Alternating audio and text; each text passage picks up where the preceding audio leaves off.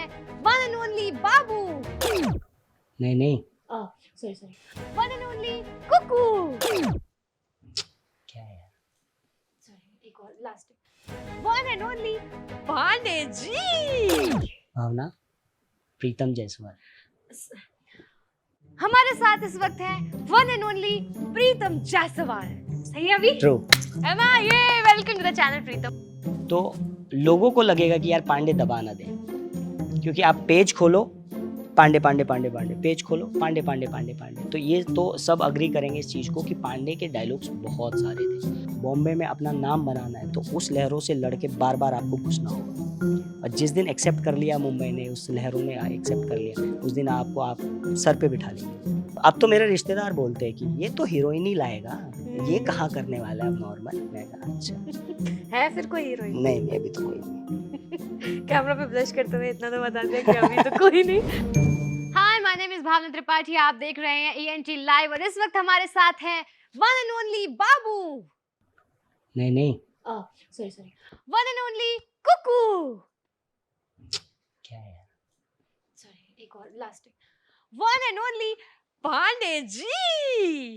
भावना प्रीतम जायसवाल। हमारे साथ इस वक्त है one and only Pritam Jaiswal. सही है अभी? ट्रू।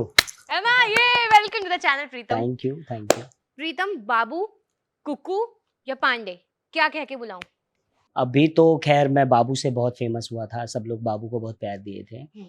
और अभी करंटली आप मुझे अमित कुमार पांडे करेली प्रयागराज वाले बोल सकते हो, क्योंकि बहुत सारे दोस्त, बहुत सारे फ्रेंड्स मुझे पांडे के नाम से अभी बुलाने लग गए। पांडे के नाम से? यस, तो आप मुझे अमित कुमार पांडे करेली प्रयागराज पूरा बोलना पड़ेगा। अच्छा, अमित कुमार पांडे करेली प्रयागराज। यस, है ना? Thank you. ठीक है, तो अमित कुमार पांडे करेली प्रयागराज की ये जो जर्नी है प्रीतम जायसवाल की, ये मुझे थोड़ा सा बताइए। मुझे एक सीरीज मिली थी यूपी 65, जो कि बनारस का आरटीओ नंबर है। तो जब ये तरन सर इसके कास्टिंग डायरेक्टर है, तरन बजाज, तो वहाँ से कॉल आया था, तो एक ऑडिशन दिया था मैंने अमित कुमार पांडे का। हम लोग क्या होता है एज एन एक्टर, हम लोग ऑडिशन दे के भूल जाते हैं। भूल इसलिए जाते हैं क्योंकि अगर हम याद रखेंगे तो वो हमें परेशान करेगा कि आया क्यों नहीं, क्या हुआ, मेरे टैलेंट में कुछ कमी है या फिर कुछ और कमी है या जैक लगाना पड़ेगा। तो हम लोग ऑडिशन देके भूल जाते हैं, और ऐसे ही मैंने ऑडिशन देके भूल गया था मैं। और सडनली मेरे को एक दिन कॉल आता है कि आपको डायरेक्टर से मिलना, और हमारे डायरेक्टर थे गगनजीत सर। और तो बोले कि मिलना है, और मैं मिलने गया ऑफिस। तो एज एन एक्टर मैं मतलब थोड़ा सा चालाक आपको बनना पड़ता है, क्योंकि अगर आप चालाक नहीं होगे, अलग से नहीं दिखोगे, तो आप भीड़ में शामिल हो जाओगे। तो मैं जब जा रहा था रास्ते में कि अब सर से मिलने जा रहा हूँ, तो मैंने सोच लिया था कि मैं जाके ये नहीं बोलूँगा कि hi sir, I am Pritam Jaiswal. मैंने बोला hi sir, I am Amit Kumar Pandey. तो गगन सर कंफ्यूज हो गए। तू तो तब उनको क्लिक, ओ ऐसा। स्मार्ट। तो वो मैं तभी से सोच लिया था कि ये कैरेक्टर मैं ही कर रहा हूँ, क्योंकि फिर आपको बिलीव कराना होता है यूनिवर्स को कि आप ही कर रहे हो। और मैं वैसे ही प्रेजेंट किया मैंने अपने आप को। और फिर कुछ बातें हुई, पूछा क्या है कैसा है, और बातें फिर हो गई। और फिर अमित कुमार पांडे मैंने प्ले किया, और जो दर्शकों को बहुत अच्छा लगा, कैरेक्टर अच्छा लगा, इनसेंस अच्छा लगा उस कैरेक्टर का, कॉमेडी हो।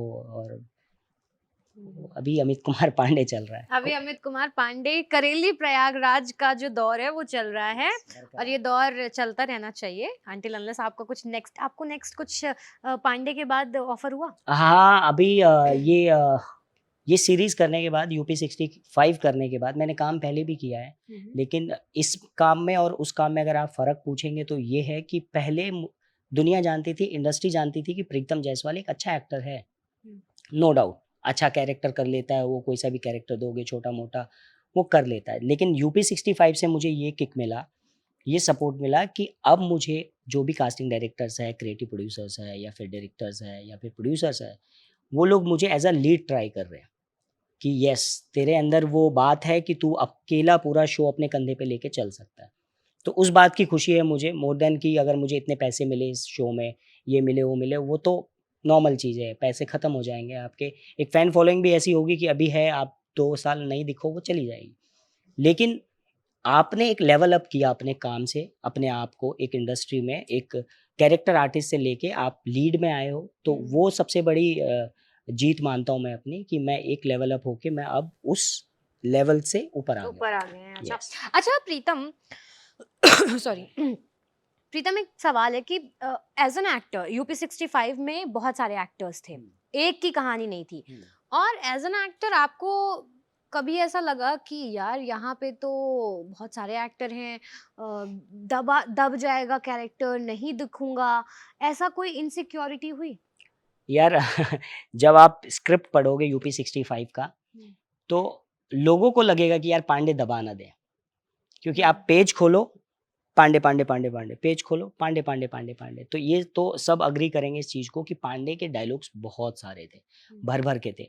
और जब आपके डायलॉग्स इतने होते और आप अच्छे एक्टर होते हैं, तो फिर आप करते रहते हैं। डायरेक्टर को भी अच्छा लगता है कि अरे यार! कट करने का मन ही नहीं कर रहा है, करते रहो, करते रहो, करते रहो, करते रहो। तो मेरे साथ ये अच्छी चीज़ हुई कि एक तो निखिल सचान जो इसके राइटर हैं, हम्म, सर ने इतना प्यारा लिखा, इतने अच्छे डायलॉग्स लिखे।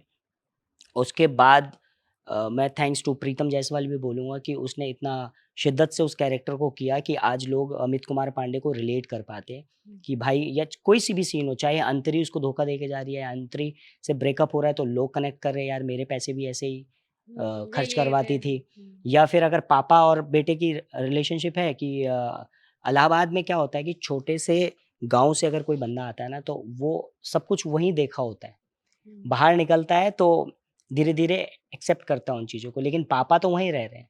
तो वो बॉन्डिंग सबने रिलेट किया, मुझे अभी तक मैसेज आता है, यार हमारे पापा भी ऐसे ही बोलते हैं, मूंछ घोटना आवारागर्दी की निशानी होती है, ये होता है, वो होता है। तो मुद्दा ये है कि काम सबको मिलता है। हम्म, एक एक 6 बॉल में 1 बॉल आपको फुल टॉस आ ही जाएगी, हम्म, लेकिन उस फुल टॉस का अगर आपने फ़ायदा उठाया, हम्म। तो आप मास्टर ब्लास्टर है, अदरवाइज़ नहीं तो फिर डक होके वापस चले जाओ। तो मुझे आया एक अच्छा आया, अच्छा शॉट मारा मैंने और लोगों ने उसको पसंद किया। अब जैसे कि आपने कहा कि जब आप स्क्रिप्ट खोलो तो कहने को तो आप लीड एक्टर नहीं थे, हुँ। पर इनडायरेक्टली आप लीड एक्टर ही थे। तो कभी ये लगा कि यार कहीं सामने वाले बंदे को अगर मैं अलग कोई सीरीज़ पकड़ता हूँ मान लो, ठीक है? हुँ, तो अब सामने वाले बंदे को ये नहीं लगना चाहिए कि भाई मेरा कैरेक्टर तो इतना ओवरपावरिंग होता है, जैसे यूपी 65 में हुआ, समवेयर पांडे ही दिखा बहुत ज़्यादा। हुँ। तो वो इनसिक्योरिटी ना लोगों को आए कि वो बोल दें कि मुझे प्रीतम के साथ काम ही नहीं करना है क्योंकि मेरे को तो। नहीं, नहीं, इस सीरीज़ में तो यार सारे एक्टर बहुत अच्छे थे। हुँ, मोहित प्रसाद को देखो, वो बहुत ब्रिलियंट एक्टर है। अखिल और हुँ, उसके साथ जो हमारे अभिषेक ने जो कैरेक्टर किया, वो एक्चुअली निशांत, हुँ। जिसने निशांत का किया, शाहीन किया। पांडे ने, हुँ, प्रगति, रिया, ये सब लोग बहुत अच्छे एक्टर हैं। और एक अच्छे एक्टर को कभी भी ये डर नहीं सताता है कि यार ये मुझसे अच्छा कर देगा, मुझसे ये कर देगा, मुझसे कर देगा।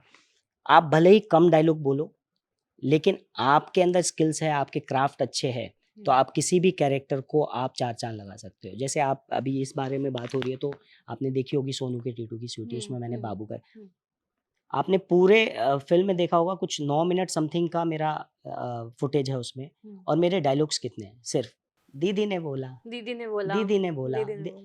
डायलॉग्स नहीं है, बट वो प्रेज़ेंटेशन, वो इनोसेंस के साथ बोलना, रिलेट कराना, वो याद रह गया लोगों को। अदरवाइज़ उससे ज़्यादा डायलॉग्स थे उस एक्टर के, कितने एक्टरों के, वो एक्टर को नहीं करते इतना प्रेज़, लेकिन वो बाबू जिसने दीदी ने बोला, कुछ हुक मिल जाता है तो चल जाती है गाड़ी। तो मैं ये कहूँगा कि यूपी 65 में एक तो कास्टिंग बहुत अच्छी हुई, ब्रिलियंट कास्टिंग हुई। मैं ये भी कहूँगा कि अगर मेरी भी कास्टिंग हुई है तो एक पांडे को जैसा उनको चाहिए था, उनको वैसा ही मिला। वैसा ही मिला।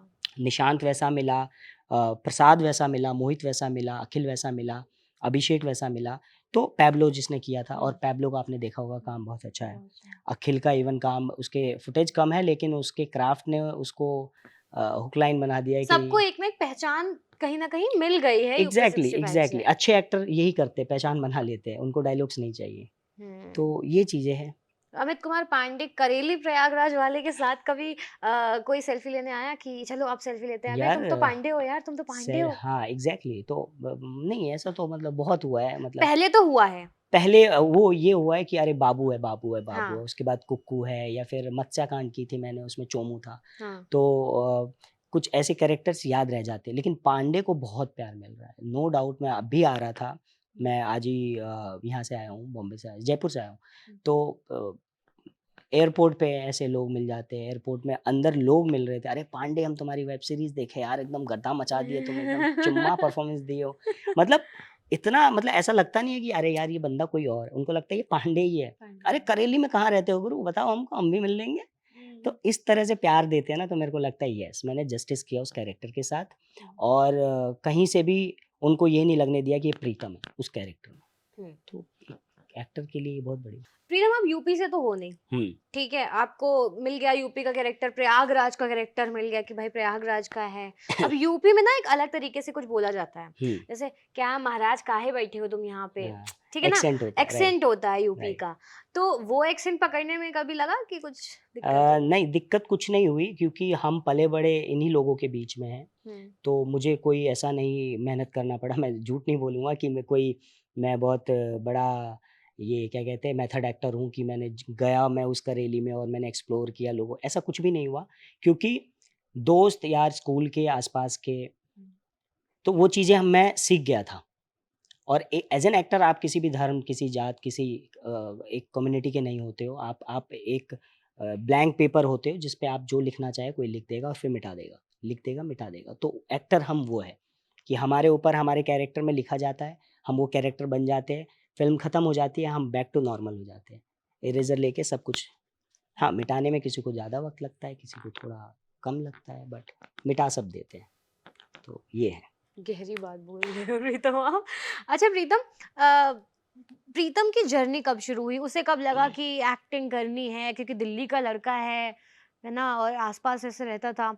उसे कब लगा कि उसे एक्टिंग करनी है और मुंबई शिफ्ट होना है? सो मैं स्कूल में पढ़ता था, गवर्नमेंट स्कूल था मेरा, हुँ, यहाँ वसंत कुंज में। हुँ, तो उस स्कूल में टीआई, थिएटर इन एजुकेशन, एक एनएसडी का विंग है, वो लोग वर्कशॉप करते थे वहाँ पे। तो एक दिन मैंने देखा कि बहुत सारे बच्चे, और ये समर वेकेशन में करते थे, तो मैंने देखा बहुत सारे बच्चे यहाँ पे अलग स्कूल्स के आ रहे हैं, तो एक क्यूरियोसिटी हुई कि पूछने की कि क्या हो रहा है यहाँ पे। तो उससे पहले मैं स्कूल में क्या करता था कि फैंसी ड्रेस कॉम्पिटिशन, कभी जोकर बन गया, कभी सुदामा बन गया, कभी कुछ बन गया, कभी कुछ बन गया। तो ये सब चीज़ें मेरी चलती रहती थी। कट टू उस दिन मैंने पूछा कि ये क्या है? तो उन्होंने बोला ऐसे-ऐसे ड्रामा की वर्कशॉप होती है। हुँ, मैंने कहा अरे ये तो मेरे को करना है, अभी करवा दो मेरा, मेरे हुँ। स्कूल में हो रहा है। तो उन्होंने ये बोला आप नहीं, किस क्लास की बता रहे हो बात? ये मैं था कुछ 8th में, हाँ, ओके। 2008 में, हाँ। हुँ, तो ऐसे हुआ तो उन्होंने बोला ऐसा नहीं है, एक प्रोसेस होता है, आपको फॉर्म भरना होता है। फिर बोला नेक्स्ट ईयर, तो मैं नेक्स्ट ईयर वेट करता रहा, नेक्स्ट ईयर आया। फिर मैंने फिल अप किया वो फॉर्म, और जैसा होता है ऑडिशंस टाइप का, एक एक नॉर्मल ऑडिशंस होता है, करके दिखाओ, बोल के दिखाओ कुछ, और मैंने किया और मैं इसमें सेलेक्ट हो गया। 25 बच्चे होते हैं आई थिंक एक एज ग्रुप में।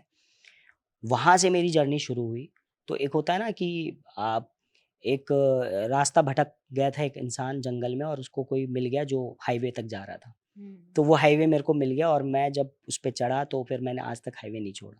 हुँ। क्योंकि मुझे पता है कि ये हाईवे मुझे एक दिन मेरी मंजिल तक ले जाएगा। तो फिर मैं NSD part 1, Sunday club part 1, part 2 ये सब करके, तो आपको बेसिक्स क्लियर हो गए मेरे। एक एक्टर, कोई भी, सही बात है, कोई भी बड़े लोग बोले कि कोई इंस्टीट्यूट आपको एक्टिंग नहीं सिखा सकता जब तक आपके अंदर ना हो। तो मेरे अंदर था, इसलिए उन्होंने इतना हेल्प किया मुझे कि और तराश दिया। पॉलिशिंग हो पॉलिश गई। कर दिया। उसके बाद फिर सपने देखना कि बॉम्बे जाना है, लेकिन बॉम्बे में कोई था नहीं, हुँ, तो कैसे जाएँगे? तो एक भैया थे, सत्या भैया, सत्या गुप्ता, वो मुंबई में लाइन प्रोड्यूसर थे, तो उनके थ्रू मैं उनके पास गया, और धीरे-धीरे फिर आना-जाना, आना-जाना। 2013 में मैं फर्स्ट टाइम गया था, हुँ, और फिर वहाँ पे रुक के एपिसोडिक्स करना, ये सब करना, तो आपको पूरा पता चल जाता है। एक बार आप किसी मार्केट में जाते हो और 2-3 साल जाते रहते हो, तो आपको पता चल जाता है चीनी कहाँ मिलेगा, गुड़ कहाँ मिलेगा, मसाले कहाँ मिलेंगे। तो वो चीज़ मुझे पता चल गया बॉम्बे जाके कि कहाँ से काम मिलेगा, कहाँ से फेक प्रोमिसेस मिलेंगे, कहाँ से पैसे ऐंठे जाएँगे और कहाँ से आप पैसे कमा सकते हो। पैसे भी ऐंठे जाएँगे। ऑब्वियसली पैसे ज़्यादा ऐंठे जाते हैं, क्योंकि किसी को भी ना शॉर्टकट बहुत पसंद होता है, किसी को भी। उसको लगता है कि ओवरनाइट मैं स्टार बन जाऊँ, हुँ, टीवी पे आ जाऊँ, गली के लोग बोले कि मैं स्टार बन गया। मोहल्ले के लोग, येस! येस! हाँ। यही तो चाहिए था। बट वो यही चाहिए में वो लोग इतना गलत ट्रैक पे चले जाते हैं, चाहे पैसों से, चाहे फेक प्रोमिसेस से, कुछ भी। तो वो नहीं होना चाहिए। तो फिर 17 में मैं वहाँ जाके शिफ्ट हुआ। मुझे एक लक्स कोज़ी के लिए एक ऐड मिला था वरुण धवन के साथ, वो किया मैंने। हुँ, उसके बाद फिर ये सोनू के टीटू की स्वीटी का ऑडिशन हुआ था, तो मैं गया था, ऑडिशन हुआ और वो क्रैक किया मैंने, तो पहला मेरा डेब्यू फ़िल्म सोनू के टीटू की स्वीटी, और उसके बाद भी संघर्ष जारी रहा। ऐसा नहीं कि वो करने के बाद फिर मेरे को लगा कि यार बस हो गया, अब वो हाईवे पकड़ा था, अब आ गया मंज़िल, नहीं, हाईवे नहीं, अभी तो बस कोई आया था लिफ्ट दे के गया थोड़ी दूर तक और फिर उतार दिया और फिर पता नहीं कब देगा कोई लिफ्ट। तो मैं चलता रहा, चलता रहा, चलता रहा, फिर 2021 के बाद मैंने मत्स्यकांड किया, टीटू अंबानी किया, ये अभी जो रिसेंटली यूपी 65 है, अभी मेरी आने वाली फ़िल्में हैं। एक संजय दत्त सर के साथ कर रहा हूँ मैं, वजेंट्री, और वाइल्ड वाइल्ड पंजाब मैंने किया है। अभी एक वेब सीरीज़ है यशराज की, हम्म, द रेलवे मैन, हम्म। वो किया है मैंने। तो अब कुछ प्रोजेक्ट्स हैं जो आने वाले हैं। तो ये जो लंबा गैप हुआ था आपका 17 के बाद, या जब आपने सोनू की बेटी की स्वीटी की, और उसके बाद सीधा 2021 के बाद कहीं न कहीं वो ताले यस, जो यस, जड़े यस। हुए थे वो खुले। क्योंकि जब आप फैमिली के साथ रहते हो तो आप बहुत प्रोटेक्टिव माहौल में रखते हो। घर वाले आपको कभी भी ज़रा-सा बिल्कुल, भी ना स्ट्रगल क्या होता है उसका नहीं एस भी पता। पता नहीं यस, चलने यस, देते यस। हैं। लेकिन जब आप बाहर जाते हैं, एक अनजान शहर में जाते हैं, वहाँ पर आप जाकर के हर चीज़ का स्ट्रगल होता है। एवरी लिटिल थिंग सबका यस, स्ट्रगल होता है। वो मुंबई में फेस किया? बहुत, मम्मी-पापा बहुत की किया। याद आई, घर की याद अरे! आई? मैं तो पहली बार जब गया था 2013 में, हुँ, तो मैं गया था कि अब आऊँगा तो जब काम मिल जाएगा और ऐसा-वैसा। हुँ, तो मैं जस्ट एक तरह से भागना हुआ हूँ, मैं भाग गया था घर से। तो तब तो बहुत दुःख हुआ था माँ-बाप को कि कहाँ जा रहा है, क्यों जा रहा है, ऐसे-वैसे। तो गया मैं, तो डीडी उर्दू का एक सीरियल आता था, मतलब आया ही था तभी, लॉन्च हुआ था, नन्हा मसीहा। हुँ, तो वो मैंने किया था, 5 बच्चों की कहानी थी, उसमें मैं एक था। तो जब वो किया और ये मिल गया था मेरे को कुछ 15-20 दिन के बाद, वाया-वाया कोई मेरा दोस्त एडी रहा होगा वहाँ, तो उसके दोस्त से कि ऐसा-ऐसा है, ऑडिशन दे दे, तो दे दिया था। बट 20-25 दिन हुए थे और मुझे घर की पहली बार मैं घर से बाहर गया था और रोने लगता था मैं, फ़ोन पे रोने लगता था, तो मैं वापस आ गया था। दिल्ली वापस आ गया। उसके बाद मेरे को ये लगा 2-3 महीने के बाद कि यार नहीं, ये तो वही वाली बात हो गई कि आप पौधा आपने उगाया, आपने डाला, पानी-वानी डाला और फिर अचानक से आपने छोड़ के चले आए। तो वो पौधा तो मर जाएगा। वो मर जाएगा क्यों? क्योंकि आपने पानी नहीं दिया, खाद नहीं दिया। अब फिर 6 महीने बाद आओगे, उसको देखोगे तो फिर से आपको नया पौधा लगाना पड़ेगा। तो ये जो हमारे, मैं सबसे कहना चाहूँगा जो भी नए एक्टर बनना चाहते हैं, जो भी करना चाहते हैं, आप कभी भी ब्रेक मत लो। आप ये मत सोचो कि 1 साल 6 महीने के बाद दोबारा स्टार्ट करूँगा। क्यों? क्योंकि आप एक पौधे को रोप रहे हो और आप अगर कंसिस्टेंटली उसमें पानी नहीं दोगे, खाद नहीं दोगे, उसको धूप नहीं लगाओगे तो मर जाएगा। तो ऐसे रिश्ते होते हैं इंडस्ट्री में, कास्टिंग डायरेक्टर्स को पहचान होती है, कॉन्टैक्ट्स होते हैं, वो सब मर जाते हैं। क्योंकि बहुत सारे कास्टिंग चेंज हो जाती है, कास्टिंग डायरेक्टर चेंज हो जाते हैं, प्रोडक्शन चेंज हो जाता है। तो ये एक बेसिक चीज़ रही थी जो मेरे को मतलब बहुत परेशान कर रही थी स्टार्टिंग में, क्योंकि आना-जाना, ₹3000 इकट्ठे करती थी मेरी मम्मी और देती थी कि जा, और मैं जनरल क्लास डब्बे में जाता था, नीचे बैठ के जाता था। सीट पे भी जगह नहीं मिलती थी, नीचे बैठ के जाता था और फिर क्योंकि वही ₹235 की टिकट आती थी और वो उससे जाता था, उससे आता था, ऐसे करके पैसे, और वहाँ पे कुछ ₹2500 पीजी वगैरह में दे के ऐसे करके रहा मैं।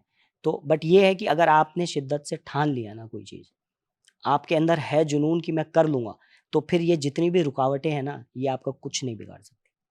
कुछ नहीं बिगाड़ सकती और मेरा भी कुछ नहीं बिगाड़ सकी, क्योंकि मुझे पता था करना है। और फिर वही कि 2017 से फिर मेरे को ऐसा सपोर्ट मिला। वही है, बट एक बात है कि 17 के बाद फ़िल्म, बड़ी फ़िल्म में एक बड़ा कैरेक्टर ही बोलूँगा, क्योंकि 10 मिनट किसी फुटेज को मिलना, किसी एक्टर को मिलना कम नहीं होता फ़िल्म में, और भर-भर के आपके डायलॉग्स हैं तो। बट वो चीज़ जब हुई उसके बाद मुझे लगा कि येस, अब तो कुछ ऐसा हुआ है कि अब मुझे धक्के नहीं खाने पड़ेंगे, लेकिन ऐसा हुआ नहीं। जाते थे, फिर ऑडिशन, 2.5 साल तक कोई ऐसा काम नहीं था मेरे और पास। ऐसे में घर से ही पैसे माँगने पड़ते होंगे? घर से तो नहीं करता था मैं, कुछ ना कुछ कर ही लेता था। एपिसोडिक्स कर लिया या फिर आप जो भी एपिसोडिक्स आते हैं, क्राइम पेट्रोल हुँ, वगैरह, ये हुँ, सब कर हुँ। कर के मैं, मेरे को ये एक बात पता था कि मुंबई जो है वो लहरों का शहर है। ये आपको लहर बार-बार बाहर फेंकेगी मुंबई। लेकिन अगर आपको सच में तैराकी बनना है, सच में वहाँ टिकना है, बॉम्बे में अपना नाम बनाना है, तो उस लहरों से लड़ के बार-बार आपको घुसना होगा। और जिस दिन एक्सेप्ट कर लिया मुंबई ने, उस लहरों ने एक्सेप्ट कर लिया, उस दिन आपको आप सर पे बिठा लेगी वो। तो यही हुआ कि अभी भी वो प्रोसेस में ही है। अब तो बाहर फेंकना बंद हो गया, लेकिन अब मैं टिक के खड़ा हूँ, आती है, झोंके देती है, फिर कुछ स्टेबल हो जाऊँगा धीरे-धीरे, तो फिर और आगे नॉर्मल हो जाएगा। बहुत हम्म। बोल दिया ना? नहीं नहीं, बहुत बोल लिया नहीं, बहुत अच्छा बताया, बहुत अच्छी चीजें बताई। अच्छा प्रीतम, हुँ, अब मैं यहीं पे ही एक दूसरी टीम का इंटरव्यू कर रही थी, हुँ, तो उन्होंने ये बताया था, एहसास ने बताया था कि चलना। चलना, हुँ, कि जब आपके हाथ में काम नहीं होता है किसी एक्टर के, और उनसे ऐसे पूछ लिया जाता है कि अच्छा नेक्स्ट क्या हुँ, है, नेक्स्ट क्या प्रोजेक्ट है, तो हाथ पांव ठंडे पड़ जाते हैं, आपके अंदर एकदम कपकपी सी आ जाती है कि हुँ, अब क्या बताएं। हुँ। कभी ऐसा, मतलब आपने तो बताया ही कि ये वाला जो दौर था कि आपके पास काम नहीं है, कभी ऐसा हुआ कि आप वापस आए हो, मोहल्ले वालों ने पूछा हो लड़का गया था मुंबई एक्टिंग करने, दिख नहीं रहा, कहाँ है क्या है, टॉन्ट भी मारते हैं, ऐसा कभी कुछ हुआ? नहीं होता है, ये एक एक्टर के लिए बहुत नॉर्मल चीज़ है, ये पूछना कि अब भाई ये तो हो गया, अब क्या? तो उस जगह आपको बहुत प्रिपेयर होना है कि ये हो गया, आप इसको एन्जॉय कीजिए, मैं और कुछ कर रहा हूँ, लेकिन अभी बता नहीं सकता। मैं हमेशा ये करता हूँ, मैं अगर अभी तो टच वुड कर रहा हूँ कुछ प्रोजेक्ट्स, तो मैं बोल सकता हूँ, नाम रिवील कर सकता हूँ, अदरवाइज़ जब नहीं थे, तो मैं यही बोलता था कि कुछ है, बताऊँगा, कुछ है। वक्त आने पे बताऊंगा। क्योंकि मैं उसको अपने पे हावी नहीं होने देना चाहता। मैं बाहर की चीज़ों पे कंट्रोल नहीं कर सकता, लेकिन अंदर की चीज़ों पे कंट्रोल कर सकता हूँ। तो मैं अपने आप को समझाता हूँ कि इसको बेवकूफ़ बना के रख अभी, क्योंकि अगर तूने इसको बेवकूफ़ नहीं बनाया, तो ये हावी हो जाएगा तुझ पे। फिर ये बोलेगा कि क्या हुआ, नहीं हो रहा है क्या? वो नेगेटिव थॉट्स देगा और आपने जब बोल दिया ना कि आने वाला है, वो ठंडा पड़ जाएगा। तो मैं ठंडा नहीं पड़ता, मैं सामने वाले को ठंडा पड़ा देता हूँ कि यार एक ऐसा है, मज़ा आ जाएगा, पहले से बेटर है। हम्म। तो वो अच्छा ओके देखेंगे, देखेंगे, चल जाए। Very nice, very smart. अच्छा, और घर का कैसे रिएक्शन चल रहा है फिलहाल, मम्मी पापा का या फिर अभी तो पेरेंट्स का? ख़ैर अभी तो बहुत मतलब हो गया, अब तो विश्वास हो गया, अभी हो गए कुछ साल, तो ये रहता है कि अब तो जो कर रहा है अच्छा कर रहा है, क्योंकि आप मैं बताऊँ आपको कि कोई भी बच्चा हो घर का जिसको एक्टर बनना हो, आप खुद बोल के प्रूफ मत करो घरवालों को कि अभी आया था ना इसमें, अभी देखो मैं उसमें पान बेच रहा था, अभी मैं उसमें ये कर रहा था, कैरेक्टर कर रहा था, फिर फ़िल्म में भी आऊँगा। आप मत बोलो, आपके काम को बोलने दो। आपका काम बोलेगा ना तो पड़ोसी खुद भाग के आएगा, "अरे, अरे शर्मा जी, आपका बेटा तो मतलब सॉरी जायसवाल जी, आपका बेटा तो मचा रहा है।" तो आपके काम को बोलने दो रेदर देन कि आप बोलो कुछ। जिस दिन आपके काम ने बोल दिया ना गली में आके अपने पापा को, उस दिन आपके पापा ये बोलेंगे, "करता रह, मैं हूँ तेरे साथ।" बट वो बोलना बहुत ज़रूरी है। अगर ये सोच रहे हो आप काम ना करके कि घरवाले सपोर्ट कर दें, तो कोई भी नहीं करता है। और करना भी क्यों चाहिए यार, जब आप जिस काम के लिए गए हो, उस काम में आप बुलंदी लाओ, घरवालों को ट्रस्ट कराओ कि आप कर सकते हो, क्योंकि कोई भी माँ-बाप अपने बच्चे के बारे में बुरा नहीं सोचता है। वो बिल्कुल। इसीलिए बोलते हैं ताकि अच्छा जीवन जिए, किसी चीज़ से कॉम्प्रोमाइज़ ना करना पड़े, कोई किसी चीज़ के लिए वो ऐसा ना हो कि यार शिट! वो मिल जाता तो ऐसा। माँ-बाप स हमेशा चाहते हैं मेरे बच्चे के सारे सपने पूरे हों। वो सपने पूरे हो इसलिए आप पे दबाव बनाते हैं, और अगर दबाव बनाते हो उसको पॉज़िटिव लो कि कोई है पीछे से मेरे को पुश करने वाला। तो ये है प्रोसेस। कभी आपके साथ हुआ है, आपसे पैसे ऐंठे गए या शॉर्टकट का रास्ता दिया गया हो कि ऐसा कर लो, ऐसा कर लो? यार ऐसा तो कभी नहीं हुआ मेरे साथ, लेकिन एक बार दिल्ली में हुआ था कि इन्होंने बोला था ₹3000 दो और पोर्टफ़ोलियो बना दूँगा मैं। हुँ। पोर्टफ़ोलियो बन जाएगा ना तो उसके बाद आपको सीधा कॉल आएगा हुँ। और आप अगले दिन शूट पे। हुँ। भाई मैं तो ऐसा हो गया वॉव! मतलब ये इंडस्ट्री तो ऐसे ही हवा बना रखा था, काम तो 3000 में मिल रहा है। हुँ। मैंने कहा ठीक है, मैं दे दूँगा। अब मैं घर गया, मैंने कहा ₹3000 देने, कह रही मैं कहाँ से दूँगी? हुँ। मेरे पास है नहीं। मैंने कहा मेरे को नहीं मालूम, दो बस कहीं से, हुँ। मैं रिटर्न करके दूँगा आपको ये। जैसे-तैसे मम्मी ने जोड़-जाड़ के ₹3000 दिए और मैंने जाके दे दिए उसको। अब देने के बाद क्या हुआ, वो तो निकल लिए, हुँ। लेकिन उनमें से ही एक भैया जो बहुत लॉयल रहे, वो बॉम्बे में, उन्होंने बोला कि मैंने तेरे ₹3000 दिलवाए हैं किसी को, मैं तेरे को 3000 के ₹30,000 वापस करूँगा। तो जब मैं पहली बार गया उनके उन्हीं के यहाँ रुका, उन्होंने मुझे गाइड किया कि इस बस से पकड़ेगा तो यहाँ पहुँचेगा, यहाँ हुँ। ऑडिशन दियो, यहाँ खा लियो, ऐसा क्यों? तो वो मेरे वापस हो गए ऐसे। हुँ। कहते हैं ना कि आप अच्छी कमाई की अगर आप किसी को पैसे देते हो तो वो रिटर्न आ जाता है। तो वही रिटर्न आ गया मेरे को। घर वाले बोलते नहीं बेटा अब उम्र हो रही है, शादी कर लो, गर्लफ्रेंड है क्या कुछ? हाँ, मेरी मम्मी मेरे से बहुत फ्रैंक है, बहुत प्यार करती है, तो उनको ये है, मेरे 2 भाई और हैं बड़े, तो उनकी शादी हो गई अभी पिछले साल। हुँ। तो कहती है कि अभी परसों ही बोल रही थी, "कोई ढूँढ रखी है कोई?" मैंने कहा, "ऐसा कुछ नहीं।" "हाँ, ठीक है, कोई बात नहीं, टेक योर टाइम, जैसा ठीक लगता है।" तो मैं पापा को चिढ़ाता रहा, मैंने कहा, "ढूँढी मेरे लिए कोई?" "अरे यार, ढूँढ लेना तुम अपने लिए अब।" मैंने कहा अच्छा। तू देखो तो आजकल के पेरेंट्स कितने फ्रैंक होते जा रहे अरे हैं बहुत भैया। बहुत बहुत बहुत। अब तो मेरे रिश्तेदार बोलते हैं कि ये तो हीरोइन ही लाएगा, ये हम्म। कहाँ करने वाला है अब नॉर्मल। मैंने कहा अच्छा। है फिर कोई हीरोइन? नहीं नहीं अभी तो कोई नहीं। कैमरा पे ब्लश करते हुए इतना तो बता दिया कि अभी तो कोई नहीं। अभी तो आगे कोई। अगली बार जब आप लीड रोल के लिए आओगे ना इंटरव्यू हम्म। देने, फिर मैं आपसे फिर पूछूंगी अब ये डन तो, डन डन तब डन आप डन। बताना कौन है कौन नहीं है। श्योर। अच्छा, अगर किसी को एक्टिंग करनी हो तो उसे कितना प्रिपेयर होना चाहिए मेंटली, काम के साथ होमवर्क कितना चाहिए? और मुंबई इतना, चूंकि आपने बताया कि लहरों का शहर है और बहुत ज्यादा स्ट्रगल है वहां पे, क्या कुछ तैयारी के साथ जाना चाहिए वहाँ? सी अगर किसी को एक्टर बनना है और वो किसी बॉम्बे में नहीं है, कहीं बाहर है, तो पहली बात तो ये कि आप अपनी बेसिक्स ट्रेनिंग लेके ही बॉम्बे जाए। एक्टर बनने ना जाए, एक्टर बन के जाए, सिर्फ काम ढूंढने जाए। तो ये बहुत बेसिक चीज़ है कि आप गलती कहाँ करते हैं कि आप बॉम्बे जाते हैं, हम्म। आप पीजी में पैसा देते हैं, रहते हैं, महंगा खाना, महंगा रहना, महंगा सब कुछ, और उसके बाद आपको मिलता क्या है? काम ना मिलने की फ्रस्ट्रेशन। घर वाले पूछते कुछ हुआ? कुछ हुआ? अरे थिएटर कर रहा हूँ मम्मी। अभी क्या कर रहा है थिएटर? मतलब अभी मतलब टीवी पे कब आएगा? नहीं मम्मी अभी थिएटर कर रहा हूँ। अगर आप थिएटर करके जाओगे यहाँ से तो आपको बहुत सपोर्ट मिलेगा। आपके स्किल्स अच्छे होने चाहिए, क्राफ्ट अच्छे हो गए यहाँ पे, तो वहाँ पे जाके आप सिर्फ पॉलिश कर सकते हो कैमरे के सामने। वो जो कि मैंने किया। मैंने यहाँ मोर देन 800 स्ट्रीट प्लेस मैंने दिल्ली में किए। 800 स्ट्रीट? 800 स्ट्रीट, हर गली में जाके मैंने नुक्कड़ नाटक किया है। और उसके बाद मैंने स्टेज प्ले किया है, एनएसडी में किया है, श्री राम सेंटर में किया है।